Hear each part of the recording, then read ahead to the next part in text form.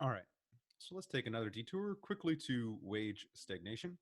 And so my point of doing these little detours into these other data sets, the mobility data set, and then this wage stagnation one, is just to show kind of like these data issues or the difficulty in measuring income inequality kind of show up in these other data sets. But out there in the public perception, it's like, the narrative is such that, okay, inequality is, dramatically rising. The American dream is dead. Wages are stagnant. And to some extent, you know, though those statements are true. But diving into the data, it's much more complex. These are very difficult things to measure, and by no means, is kind of like that the agreed upon point of view within the profession, or rather, the extent to which those things are true is up to debate. So here's the typical wage stagnation picture.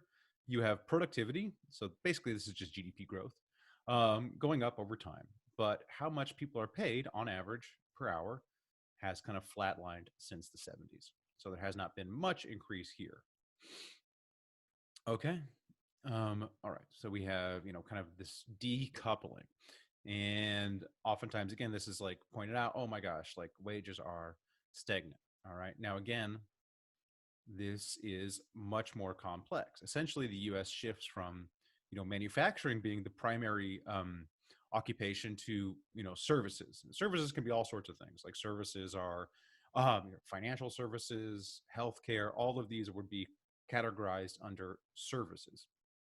Now, service jobs typically have much more non-wage compensation. So they typically include health insurance, paid leave, and some sort of retirement plans. All of these non-wage benefits are not going to be in here. So the value of your health insurance, the value of the fact that you get to take however many, 2 weeks, 3 weeks off per year, and still get paid during those 3 weeks, and then also whatever the retirement plans are. And on average, this is all from the BLS, the Bureau of Labor Statistics.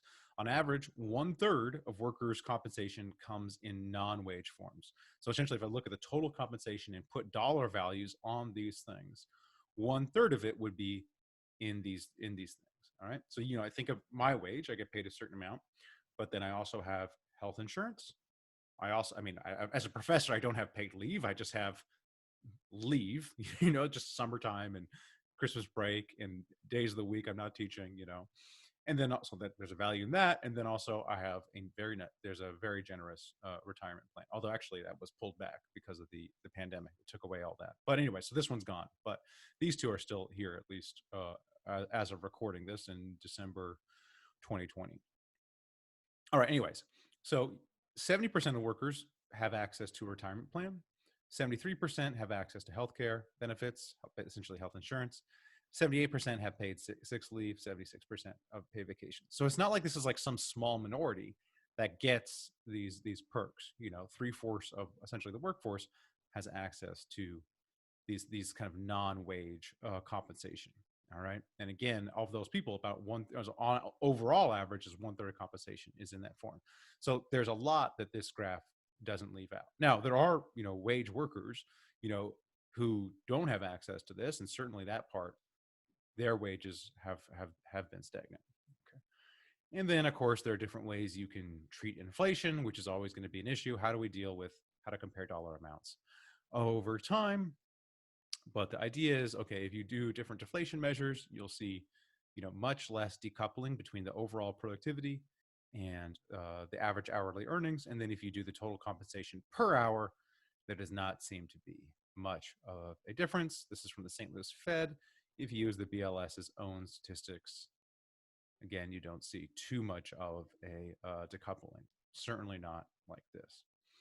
Again, that's not to say that there aren't workers left behind or there aren't workers whose wages are stagnant, but on average, once you add in that other stuff, the picture is not as stark, similar to what we saw before. Once you kind of use a different data set or you think about it slightly differently, the extent of inequalities increase does not look at large, and the extent of the decline in mobility does not look at large. Now, whatever. People can disagree. Smart people could disagree about which is the correct data set to use, and you could come up with a story why this is the correct data set to use, similar to those other figures. My point is just I'm presenting you kind of the state of the debate within